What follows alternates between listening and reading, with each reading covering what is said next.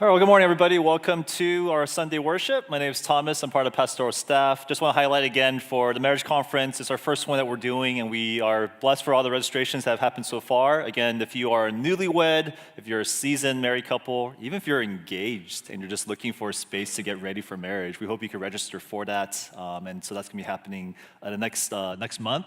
And just a heads up, I know at our church there are different life stages. We have college students, we have married couples, we have parents, we have young adults. And just know we are aware that those are unique seasons, and even like we are looking even for connection for our peers, where it's sometimes challenging to know, how do I meet one another? How do I find people who are in the same life stage as me? And so just know we do have some things planned where we hope that the life stages can have a little bit more of a connection in our church. So be on the lookout for that if you're looking for that type of connection here. And so that being said, we have been going through a practice series for the past 5 weeks, and we have 2 more weeks. And then we're going to conclude this series that we have been going through, and this idea of listening. And I have the privilege of closing out the series today and next week. And to talk about our topic today, we're going to look at a famous psalm from Psalm 139. So if you have your Bibles, you can turn to Psalm 139, or it's in the back of your programs. This is a psalm written, or attributed rather, to King David. And yeah, you might have heard this psalm before, but definitely taking a specific angle of how we're going to read this. So if you have your Bibles, you can turn there again. And here at our church, we believe when we read the scripture, our God is alive and he is speaking. So can we all rise as we read from Psalm 139? I'm going to read from verses 1 all the way to verse 17, and then we're going to skip down to verse 23 to 24. So this is David writing verse 1. O Lord, you have searched me and known me. You know when I sit down and when I rise up. You discern my thoughts from afar. You search out my path and my lying down, and are acquainted with all of my ways. Even before a word is on my tongue, behold, O Lord, you know it altogether.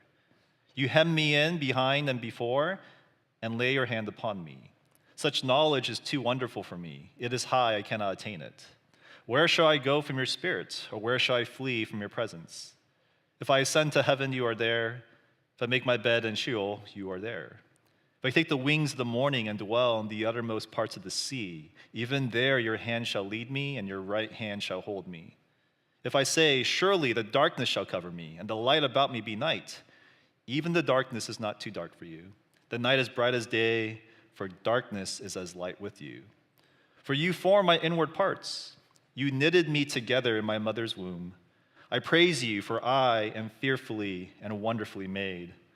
Wonderful are your works. My soul knows it very well. My frame was not hidden from you when I was being made in secret, intricately woven in the depths of the earth. Your eyes saw my unformed substance. In your book were written, every one of them, the days that were formed for me, when as yet there was none of them. How precious to me are your thoughts, O God. How vast is the sum of them. And we'll jump down to verse 23. Search me, O God, and know my heart. Try me and know my thoughts, and see if there be any grievous way in me, and lead me in the way everlasting. This is the reading of God's word. Will you join me in a word of prayer before we begin? Father, I pray for everyone here in this space, whatever context we have come from, whether it be a busy morning, a joyful morning, a difficult morning. I pray that we would take a moment to pause, to be still, that you would renew our minds through the scriptures by the power of your Spirit, and speak a word that we need here today. We pray this in your Son's name. Amen. You may be seated. Pastor Sam shared last week that he's celebrating his 10-year anniversary this year. I thought I'd one-up him. I'm celebrating my 15-year anniversary this year. In June 25th, 15 years of marriage, and it made me obviously reflect back upon my marriage with my wife. And here's a picture of year 1 of me and my wife. Yeah, this is back when spiky hair was in. So this was year 1 of marriage, and looking back at year 1, it was actually amazing. Like, I loved year 1. Like, I just a lot of good memories. You know, a new roommate, new adventures, new way of just like practicing life. I look back at year 1 of very fond memories. Here's a picture of year 2. And even though we look happy, we're not that happy. This was a very challenging year. I talk about this all the time, where year 1 was amazing, but year 2, it was really hard. And it wasn't that we didn't love each other and we didn't care about each other, but we fought. We fought a lot during this year. And it wasn't just the fact that we fought a lot that made this year really challenging, but it was the way we fought that made it challenging. Like, we were the type of fighters where something would happen, where someone would do something subtle that bothered the other person, and we wouldn't say anything. It'd just be weird silence. You just kind of go like, something off? Like, is something weird? Just know, if you feel something's off, it's probably off. And so that's what was happening all the time. And then we had to process by ourselves, figure out what we're actually thinking. And then at one point when we'd come together, it'd be like, hey, we should talk. And the way we would talk like two lawyers, like laying out our case about what happened, what we think the other person did wrong, what we think should happen. And that was the cycle of our fighting. Now, there was one memorable fight that we went through in year 2 of marriage. I don't remember what we fought about. I just remember what happened. The normal cycle, silence, because we bothered something, did something to bother someone. We processed it by ourselves. And then we did our little lawyer talk. And I remember, I gave an amazing point to her, showing her how she was at fault. I had this tight argument, this is why you should be the one apologizing for what happened. And I laid it out to her, and I remember after I was done making my point, she didn't respond by saying, oh my gosh, you're so right. I didn't see it that way. That is not how she responded. After my beautiful point, it was just silence. She stood up from the table, she walked to the bedroom, and just shut the door. Now, what made this fight memorable wasn't the fact that she went into the room, but what made it memorable was after she went in, I felt my body just tense up in that moment.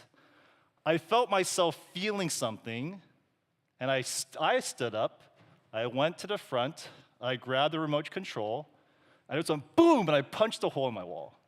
And I sat down, and I turned on the TV. That's what happened.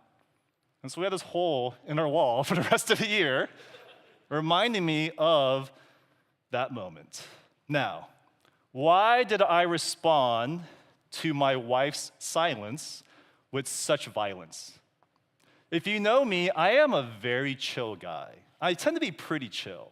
I know I'm Korean American, but I don't have K-rage. That's just not a thing that I struggle with. I'm not a volatile guy, I don't yell, and I definitely do not punch holes in walls. That is just very uncharacteristic of me. So why did I do this? And to be honest, I don't know. I have no idea why I reacted that way. I don't know why I was so triggered that I punched a hole in our living room wall, and that's the problem. I have no idea, oftentimes, what is going on inside of me. Can any of you relate with this? Maybe you don't rage, like I had my moment of rage there, but maybe when you are in a fight, you just for some reason shut down, and you don't know why you're shutting down. Or some of you, when you are stressed out, you withdraw. You're the most joyful, loving person, but when you're stressed, you ghost your community group, you ghost your friends, and when they go, what's going on? You don't know why. Or maybe when you feel overwhelmed, your controlling nature comes out, and all of a sudden you're just really trying to control everything. You never knew you had this side of you inside. Or when you sense someone disapproves of you, your people-pleasing nature just comes out and you try to appease. All of us have these interesting reactions that arise in difficult moments, and yet at the same time, we don't know why. Why is this happening? I think, in other words, a lot of us here, we look pretty normal, cool, and collected on the outside. But man, there's stuff going on inside of us that's just raging and moving. I use this image a lot for people in our church, so this might be familiar for some of you if you've been here for a while. For others of you, this might be something new. But this is the iceberg image, where this represents who a person is. And most of us, we live what was called the exterior life. This is what everybody sees. This is normally parts that we pay attention to. It's the way we look, it's the way we act, it's our status, it's our achievement. It's all the external factors that we tend to focus a lot of our energy on. And yet, just like an iceberg, we know that that's just a part of you. You are far more than what you do. You're far more than what you achieve. There's something deeper inside of you, and this is called the interior life. The parts that nobody sees, that you don't often pay attention to, And yet this is the stuff that's in there that makes you, you. Your feelings, your wounds, your fears, your desires, your hopes. This is the stuff that's just there, and yet oftentimes, even though it's there, we just stuff it down so deeply. I like the way author Rich Viotis describes the iceberg. He says this, quote, "We live on the tip of the iceberg. Many of our days are strategically and subconsciously constructed to avoid looking beneath the surface. There's often a paralyzing fear and a compartmentalized approach to life that reinforces our lack of inner investigation, but after a while, it catches up. After a while, you're gonna punch a hole in the wall. After a while, that person who has it all together, they just slowly fall apart." And the reason why I bring this up is because we are going through a sermon series, this idea, the practice of listening. And our goal is to become better listeners as a church. We have a posture of listening throughout the day, because listening, we said, it's central to living, it's central to discipleship. And if you've been with us for the past 5 weeks, we've been focusing primarily on the importance of listening to God, listening to His voice through creation, through scripture, through prayer. And the reason why we focus on this so much is because we were created to hear God's voice first and foremost, because you were meant to be in the relationship with the living God. And yet, most churches will stop here. Most churches will say, and that's all you need to know. Make sure you listen to God's voice. Make sure you know God. Now go in peace. But today, what I want to do is I want to focus on a topic that maybe a lot of churches don't talk about, which is as important as it is to listen to God, it's also really important to listen to yourself. Now, as I say that, listen to yourself, I feel a little uncomfortable. I'm Reformed in my theology, and if you grew up in a Reformed theology, you know, like, dude, don't listen to yourself, you preach to yourself.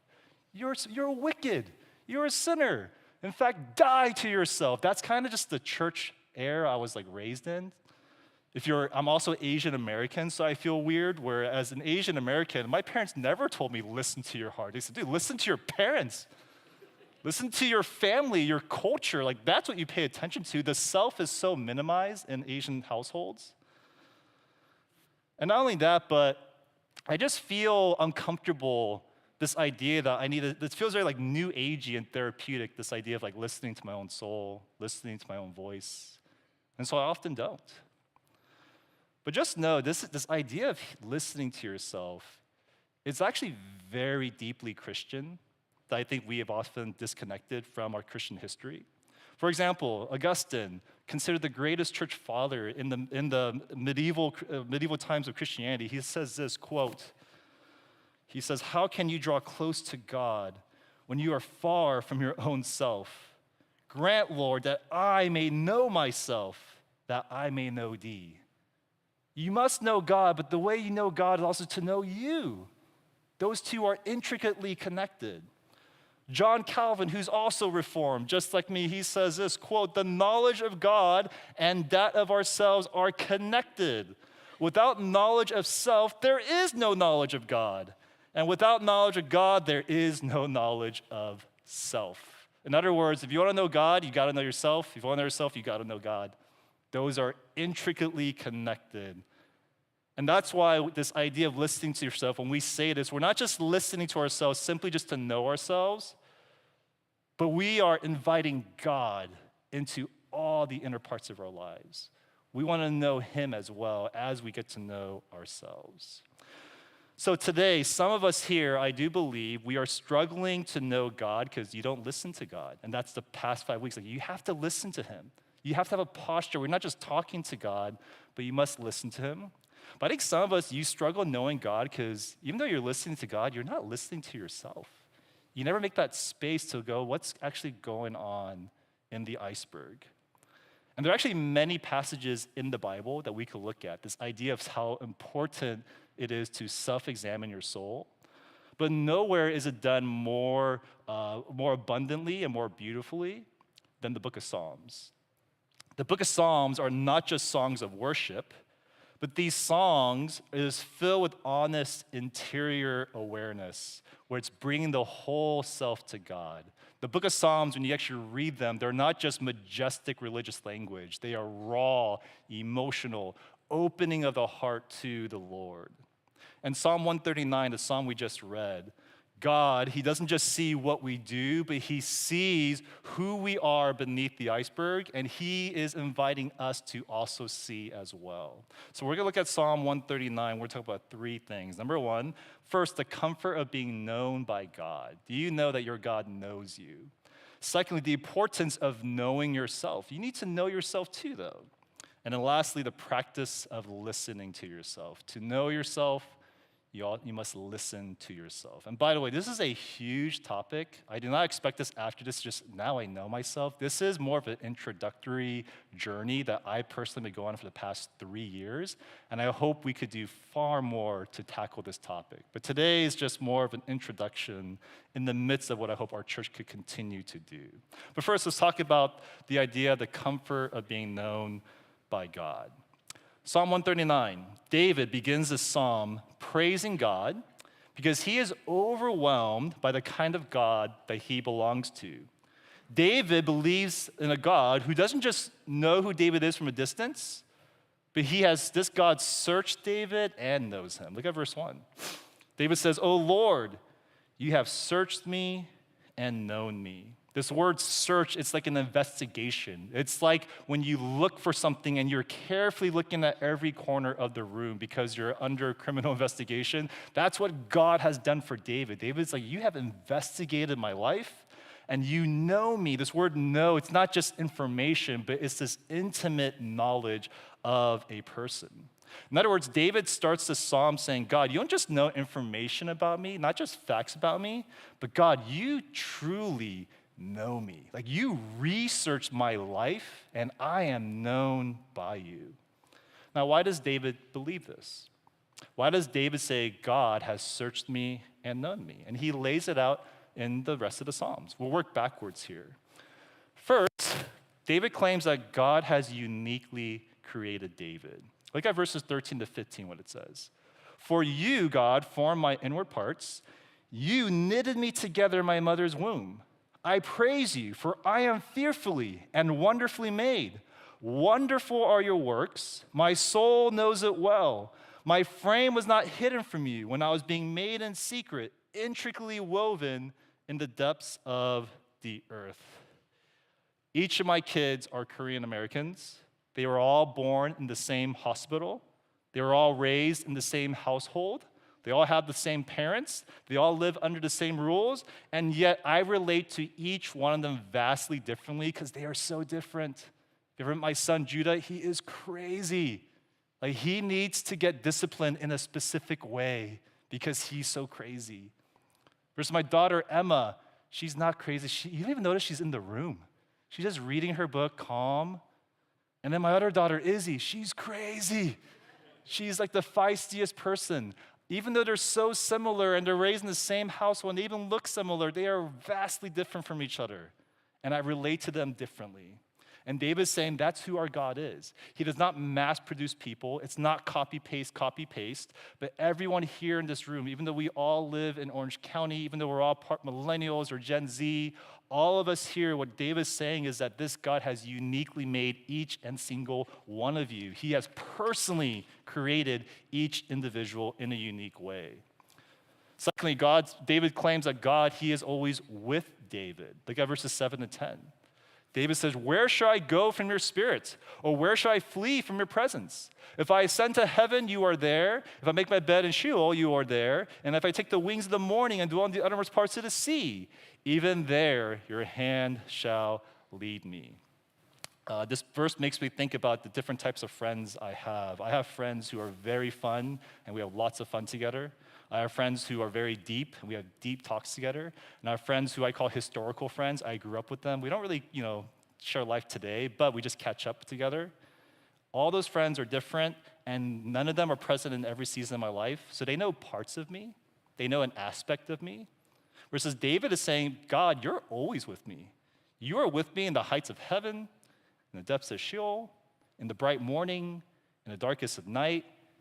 You are not a historical friend. You're not just a fun friend. You're not just a companion who knows me in my deep counseling sessions. You know every part of me because you are with me in every season.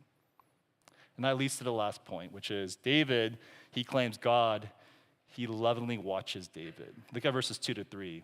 David says, you know when I sit down and when I rise up. You discern my thoughts from afar. You search out my path and my lying down, and you're acquainted with all of my ways. Notice what David says what God knows. You know where I sit. You know where I stand. You know where I go. You know where I lie down. I mean, you know where I nap. That's so random. Imagine if I would text my wife going, hey, hon, going to the store right now. Hey, hon, I'm in the bathroom now. Hey, hon, I'm gonna take a nap right now. Hey, hon, I saw a bird today. It's like, she'd be like, what's wrong with you? Like, why are you texting me all this information about your life? Even though she cares about me, even though she loves me, it's almost like there's something called oversharing that she doesn't need to know, and she doesn't really care to know as well. Why would God care about the mundane? Why would he watch the mundane parts of David's life where he's just watching him sleep, watching where he goes? Is God a stalker? Is God someone who's just watching, gazing, and making sure, what are you doing type of eye? And I think actually what's describing here is God is like a captivated father towards David. I think parents can relate to this. There was a season in my life where I would watch every detail of my kid's life. There was a season like ages 0-3, well, maybe 0-1, maybe we're closer to that, where I tracked every detail, every nap I paid attention to, every meal I was aware of, every sound that came out of my kid's mouth, I was fascinated by because I was fascinated by my child. They were precious to me, and everything was so interesting of what they did.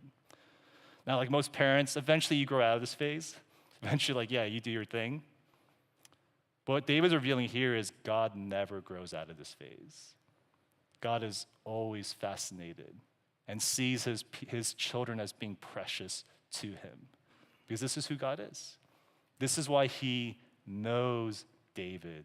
He has searched David, and David celebrates this. Why is this so important to have a God who searches and knows you? I think it's really important because this actually is what our soul needs the most to navigate through the challenges of life. In the 1960s, psychologists believed this theory that babies, if they are overly comforted by their parents, they're going to become fragile. Kind of sounds like how people feel today. Like, hey, if you over-pamper children, if you over-pamper and care for them, they won't be able to navigate the dangers of life. And so that was the working theory. And so the psychologist named Harry Harlow, he did this experiment. It's called the open cage experiment. And some of you psychology majors might be familiar with this, where he got a bunch of test monkeys and he put them in different unfamiliar environments. And what happened was there was this first group of monkeys where they actually were raised by their mother, they were nurtured by their mom. And when he got these monkeys and opened the cage to this unfamiliar environment, all the monkeys got freaked out because it's unfamiliar. But then they just slowly went out and they started roaming everywhere, exploring, touching, going really far. They'd come back once in a while back to the cage to their mom because they felt comforted. And they'd go back out and they're just really free, roaming this environment that was new to them. And then later on, there's a second test of monkeys. These monkeys actually were orphaned. They had no mom. They were raised by themselves. And when they opened the cage to this new environment, they all froze. They all freaked out. They would not dare step into this new environment. They just rocked themselves back and forth out of fear of what is going on. And this study, what actually was interesting was that it mirrored the same type of behavior that you saw in children. In young children, where when they were deprived of a loving parent, they tend to have a lot of fear, a lot of worries as they navigate through life. Versus children who had comfort and love of a presence of a mother or father, they were able to go into the world with a little bit more strength, a little bit more courage. In other words, what the study showed is that what you need most to navigate through the dangers of life is a deep connection with someone who knows you and someone who loves you. And that's why when David, he recognizes this God, he's not a distant deity, but he has searched David and he knows David. This is how David responds in verse 17. Look what he says. How precious are your thoughts, O God. There's another way you could translate verse 17. It says, how amazing are your thoughts concerning me. Wow, you think about this, about me? You research me? Like you watch where I sleep, where I poop? Like that's how interested you are in me? How amazing is this type of God? Just so personally, I don't feel comfortable with that type of attention. Like when people go up to me and they say, hey, Tom, good sermon today. I tend to deflect. I'm like, oh, thanks, man. So how was your day? I don't handle compliments very well. I don't handle attention very well. I think there's some type of self-hatred thing going on there. I don't know what's going on. I just really have a hard time with that. But David, when he receives this type of love and care and attention, he praises this God.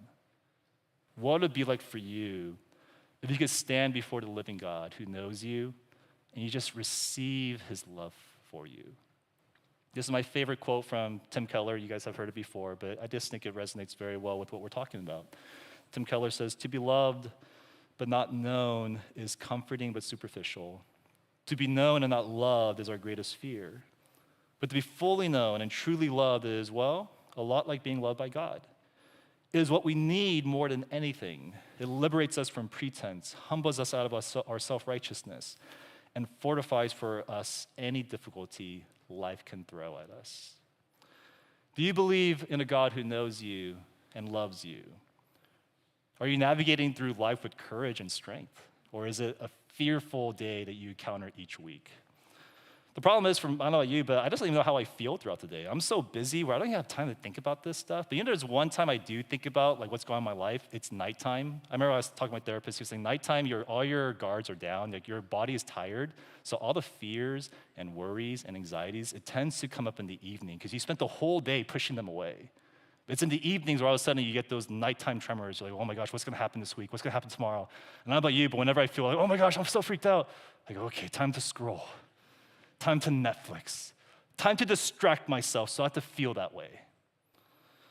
What if instead of drowning your anxiety and depressive thoughts, and instead of distracting yourself away, what if you spent just 5 minutes before your bed just turning off the phone and just thinking about God? Just like, I don't know what that means. I'm just going to think about God. What would happen to your life? I bet it would change your life. I bet something will happen differently, where it's not just this cycle that you run to each and every night, but something will happen when you experience what David is experiencing, a God who knows you, a God who loves you. Not only that, but then we get to our second point, which is also the importance of knowing yourself. So Psalm 139, David begins praising how this God he knows and searched David. But then what's very interesting is the way the psalm ends. Look at verse 23 to 24. David said, search me, O God, and know my heart. Try me and know my thoughts, and see if there be any grievous way in me, and lead me in the way of everlasting. Now, again, if you caught that, verse 1 and verse 23, 24 are the same. It sounds very similar. It's like, wait, so didn't you already say this, David? Why are you saying this again? Is this just being poetic? Is just doing this whole alliteration thing, this mirror thing? And that's not actually exactly what's going on, because verse 1, if you notice, it's the past tense. You have searched me, you have known me. And verse 23, 24 is the present tense. Search me and know me. It's like, wait a second, but God already searched you and know you. Like, why are you telling God to do it again? And it's because David, even though God knows him, David now wants to know himself. David now is like, show me what you know about me. Rich Viotis, again, he says it like this, quote, the entire psalm up to this point is about God's knowledge of humanity and David in particular. But by the end of the passage, you get the sense that David was keenly aware that although God knew everything about him, David didn't know everything about himself. And he goes on. So, in words of interiority and confession, he wrote, Lord, show me me. Most of us want an awareness of God, but what we need in addition is an awareness of self. And David affirmed that God knows it all, so he asked for revelation not of God, but of himself. Since you know me, Lord, show me me. I mentioned this before, but when I went to Korea last year to visit and travel with my family, we had a friend who insisted, you need to make sure when you go to Korea, but I heard a lot of you guys are going in spring, make sure you do this. Go to Seoul, visit the Korean Medical Institute and get the full body exam. The Korean Medical Institute, what they do is they examine your whole physical body, and it's not like going to Kaiser, it's not like going to the local hospital here. They do blood tests, they do chest x-rays, they do CT scans, they do a metabolic screening where they tell you your body fat. I was told I'm obese for some reason. I'm like, what in the world? Like, they reveal everything about what's happening in your body. Now, here's the thing. You go to this not because you feel like something's wrong with you. You can feel totally fine. But you go to discover if there's anything about you you don't know. Is there anything going on in my body that I'm not aware of? And so you submit yourself to this medical hospital that almost feels like a Black Mirror episode, and it just does these examinations upon you. And you walk away discovering something that you cannot discover without it. And this is what David is saying. David recognizes that, God, if you're the one being who knows the inner parts of me, you know everything about me, give me a full spiritual exam. Search me, God. Reveal to me what's happening to me. In other words, David is inviting God to examine his interior world. Search me and reveal what I can't see about me. Do you ever do this? If you believe God knows everything about you, do you ever invite him, reveal me to me? Reveal the interior world of my heart. Many of us rarely do this. Many of us rarely make that our prayer. And just know if you never do a deep dive of your soul, it's going to catch up with you. Back in college, I used to drive a 1994 Volvo. This is where I knew my wife was a keeper. That's how she met me with my Volvo, and she still married me. And so I remember this car was just like janky. It was a janky old car. At one point, it just made strange noises all the time. I know some of you might experience, like, just what is that? You just put the radio louder, like whatever, you just keep going. And so I just ignored the noise. And I remember one day, though, and this is a true story, I remember I picked up a friend in my old Volvo, and we're driving, and making that weird noise. My friend said, hey, you hear that noise? I'm like, yeah, it does that sometimes. Like, is your car okay? I'm like, yeah, it's fine. We just like keep talking, and then we stopped at a stoplight, and then all of a sudden, in my engine, smoke just comes out, like, I'm just like, whoa. And she's like, I think something's wrong with your car. I'm like, I think you're right. I think there's something really wrong with the car. And the reason why it's not a surprise. Dude, the noise was there. I just ignored it for a long time until one day something just happened where smoke started rising from my transmission. And same with you. A lot of us here, you came to church and there's a strange noise in you. There's something that's kind of there, and you don't know what it is. You never care to investigate, but it's there. You just put the radio higher. You just, go on your phone. But it's there, and you've never slowed down enough to stop and to examine, like, what's going on here? What happens if you just keep driving? What happens if you just keep ignoring the noise that's happening down here? There's a lot of things, but I gotta just tell you, there's a few things for sure will likely happen to you. If you live a life where you don't examine down here, you could bet, one, you're gonna live this what's called a compartmentalized life, where you will struggle really connecting with yourself, knowing what's going on. There's gonna be like different versions of you, and a lot of you, this might be true of you. There's a version of you that's really cool, calm, collected. You have your life together, you're chill, and all of a sudden, boom, you punch a hole in the wall, and you don't know why. All of a sudden, you lash out at somebody. All of a sudden, you start acting crazy for a moment, and you just get triggered, and you don't know why. You don't know who that person was. You don't know where that person came from, because that person is just hidden in this compartment that you put away. He comes out once in a while going, but then you go, no, go away, and you put him away, and you just move on with life. And your spouse is like, what was that? Your friends are like, what happened? Where did that come from? You're like, I don't know. You just don't even talk about it. It's this strange, they call it like your shadow side. They call it like the people, they call it hidden parts. They're just kind of there. And slowly those guys just keep coming out as you get older. They go crazy and they come out more frequently because you live this fragmented life. You're gonna live a compartmental life if you don't do anything about that. Here's the second thing you experience, disconnection. You're gonna really struggle if you don't deal with this, how to connect with other people. Not just because of that crazy person that's there, but if you don't know what's happening inside of you, you have a very hard time what's happening inside other people. For example, if you can't sit with your own pain, Like pain is something you just don't like to deal with. When you think of something like traumatic or bad, and you go, oh, you just turn on Netflix. When someone else is going through pain, you have a very hard time sitting with them. You will try to make jokes, you will try to make light of it because you don't like the discomfort of pain because you don't know how to deal with pain. Or some of you, if you have a problem where you minimize hurt inside of you, like, oh, that happened, but it's not, it's no big deal. Yeah, that happened with my family, but it's no big deal. You will do that to other people. Hey, why are you struggling about that? That's no big deal. The way you minimize and treat your emotions is the way you will minimize and treat other people's emotions. You just don't know how to deal with it in yourself and with other people. And you hear your spouse or your friend be like, dude, I just don't feel like we connect. There's a barrier between us. You'll experience disconnection. But here's lastly, what will happen when you continue to ignore the noise? You'll feel absence, the absence of God.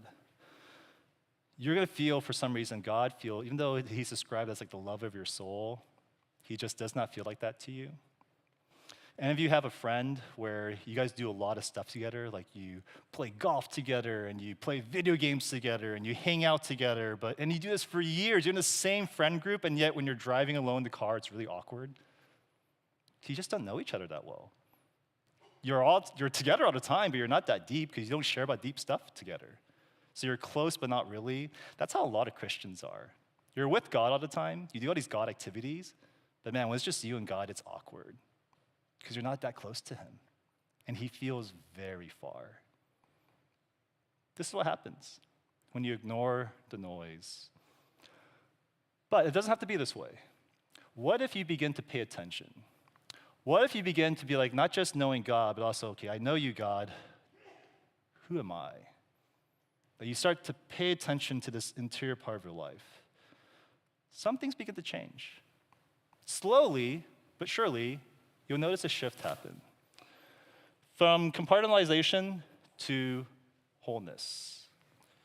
This is where you begin to understand yourself, where there's still that cool, calm, collected, have it together version of yourself. And there's also still that person who punches holes in the walls, but you know who that person is. You know what triggers him. You know why he's angry. You understand, like, oh, the reason why I punch holes. Like, you kind of understand what is going on, where it's not a surprise to you, because you are now no longer hiding that side. This is someone that you're bringing to Jesus regularly. This is someone who you're introducing where you want Jesus to redeem that part of you. In other words, you feel whole, where there's no mystery in your heart. You go from disconnection to connection, where even though you struggle sometimes to understand other people, because you are understanding yourself, you begin to understand others a little bit more. I know for me, when I was going through marital struggles, the best people that I met with during marital struggles, it wasn't the couple that had it together. It wasn't that couple, the godly couple, who were like, this is how we do it in our marriage. Like, that just wasn't helpful for me. Advice is not what I needed. What I needed were people to be with me, to empathize, like, this is a hard part of marriage, huh? It was those who actually knew what I was talking about, like, marriage is hard, because we went through it. Those are the best people, because they understood marital pain. They were in the same boat as I was, and I needed that, and that was so helpful, and that's what you'll begin to do for other people. You understand what pain is, and you could therefore be in the same presence when someone else is in pain. You connect with people. And lastly, instead of God's absence, you begin to slowly experience his presence. You see, the problem with us is when we focus upon just the exterior part of our lives, we believe it's our degrees, it's our achievement, it's our status, it's our spiritual disciplines that make us accepted. And when you live in that surface part of your life, like, man, like, you're always performing, you're always insecure, you're always like, this is the part that they like of me, I can't show other parts because I don't know if they're gonna reject me. You're always performing. And this is where we have to remember the gospel tells us God, he did not come to save the curated version of yourself. God did not come to rescue you from the surface part of your life. He did not rescue you from just the actions that you did, from just the bad habits that you have. What God did is he came down to die, not just for your actions, but for the brokenness in your heart. Not just the things you do, but the desires that you have for why you did what you did. It is all of you that God plans to redeem and rescue. He knows all of you. And when you know that God knows all of you, and he still sent his son to come and die for your sins, this is when the love of God becomes very real to you. And that's why for a lot of us, the love of God is not real, because this is how you experience it. God's love is here. You only reveal this part to God. Look at your prayers. God, be with my work. God, make it be successful. Lord, bless it. It's just talk. And so though you feel the love of God, you know the love of God, but it's so shallow. Versus when God knows all of you, and he does, but you bring that up to him and you realize he redeemed all of that. This is when the love of God is deep. The love of God is wide in you. The love of God will transform you. This is when you feel like God is present in my life. And that's how we have to know ourselves. There are too many Christians, in my circles at least, they know a lot about God. They have an amazing theology, and they destroy their home life. I know so many pastors, their theology is rock solid. And they just have secret affairs on their families. And it's never because of the top external part. It's all down here, and they don't know why.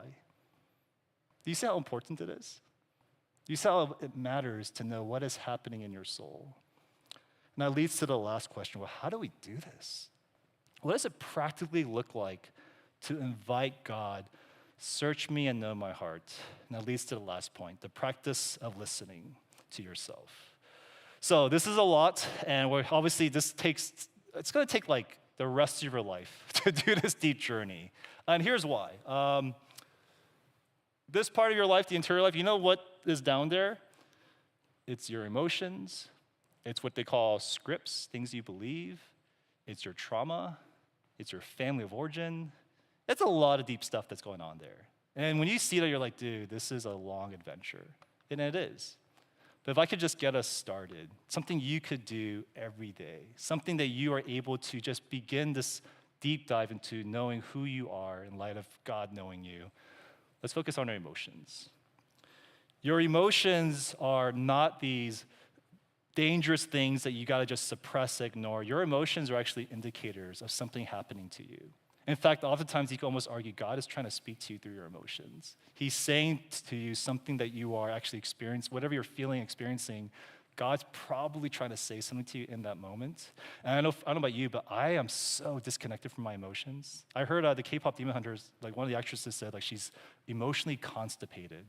She feels things a year later after whatever she went through. I'm like, yes, that is me. I am emotionally constipated.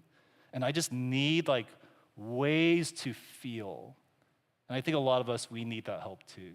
And so if I could just encourage us, how do we begin to listen to our emotions? Let me just suggest a couple of things and we'll close. First is we need to pay attention to our emotions. Oftentimes we're so busy. I'm dropping off kids, I'm in meetings, I'm preparing sermons. I just don't have time to feel it all. But again, there is your feelings, they're there. They're being stored and compartmentalized, and they just lash out. If you just paid attention to what's happening throughout the day, that is a huge win for knowing what is going on in your soul. Pay a special attention to the way you react. This morning, don't tell my son that I told you this, but my son was trying to put on a necklace, and I was trying to put it on for him. He's like, no, you're putting it in the wrong place. And I was like, knock it off. I can't do this right now. And he walked out of the room. I'm like, what was that? I'm just typing, what just happened there? And I have to pause, man, I was really over, and I realized, oh my gosh, it's because it's Sunday morning, I'm preparing a sermon, or just finishing up the final touches, I'm making sure things are, I'm like, it wasn't Judah. There was something going on with me in that moment that was being revealed. And it's happening to you a lot of times too. The overreactions, the way things happen. And so this is where I just every day, silence and solitude, I'm just being still. And as I'm still, I'm just like, oh boy, why do I feel so worried right now? Oh, an image popped up of work or of a person. Or sometimes I feel so tired. And it's the first time I feel myself feeling tired for a long time. For some of you are like, dude, I don't know what you're talking about. This is the first step of what I did. I was so disconnected from my emotions, I created a chart for myself. I said, okay, at the end of the day, I literally put, what happened today and how did it make me feel? And I put down Judah's necklace, angry. And that's it. I don't think of anything else, but I am naming my emotions. And oftentimes, I would have blank on the right because I didn't even know what I was feeling. I just knew what was happening. And special note, The most difficult emotion for a lot of people to really articulate is usually anger. It's easy to feel anger, but there's always a story beneath anger. Most people who are angry, they're angry because they're actually really sad. But anger is a much easier emotion, less vulnerable to access. And that's why we feel angry all the time. You don't even know what's going on, but that's where you have to do this type of beginning work of like, what am I really feeling? And this took me, I did this for like a year just to get myself going. Pay attention to your emotions, name them, see what happens. Here's a second thing to consider. Pray through your emotions. Here's a problem with a lot of Christians. We believe that we should pray when we feel like we should pray. If you get into a fight with your wife, I can't go to church, I can't pray, I'm so mad. And when you feel ready, okay, God, now I'll pray to you. Who told you that? Who told you you must be in this holy mood, and that's when you are ready to pray? When you read the Psalms, it's not like that at all. I'm so angry, God, smash their babies' heads against a rock. It's like, whoa, you are angry. And that's exactly how prayer is supposed to work. Through your anger, through your fear, through your rage, through your worries. This is how we pray. And God, He already knows everything going on inside of you. There's nothing you're going to say that's going to shock Him, but you are knowing yourself as you pray out loud what is going on in your heart. Pray your emotions. And lastly, and this might be the biggest challenge for us, processing your emotions with others. I once heard someone say, people don't get depressed because of what they go through, and they don't even get depressed because of what they're feeling. The reason why you go through depression is because what you're going through, or what you're feeling, you do it by yourself. When you are with other people and you are able to share what's actually depressing you, that's the beginning of you actually experiencing a lot of healing, no matter how big or how small, because our emotions are meant to land with other people. It's meant to be shared with others. And this is why the longest tenured married couples or people with the most friends, oftentimes they're the loneliest people because they never share what's actually going on in their hearts. It's all just fluff. And that's why the result is, like a lot of us, the only place you feel safe to share your emotions is with a therapist. And by the way, I think the gift of therapy is amazing. I think, dude, go for it. But can you imagine if, like our church, if we could be a safe space where people could share what, not just they're doing, or what their weekend is like, or even their thoughts on God, but hey, how are you really feeling, man? Like, how are you really doing? Imagine if we had steps of that. What could happen in this church? My hope is our church could be a community where we could share this deeply, where we could be intimate and experience love in a deeper way this way. This involves us taking a risk to share. It also involves us listening well, which is next week. We're going to talk about the idea of listening to others. But this is a start where are you paying attention to how God has wired you, what you are experiencing, and being honest and bringing it up to the Lord. And so I could challenge us, this is just a practice to consider. This week, I'm not sure if you've ever done this or not, just be still for like 3 minutes and just feel. Bring it before the Lord. Like, what am I feeling?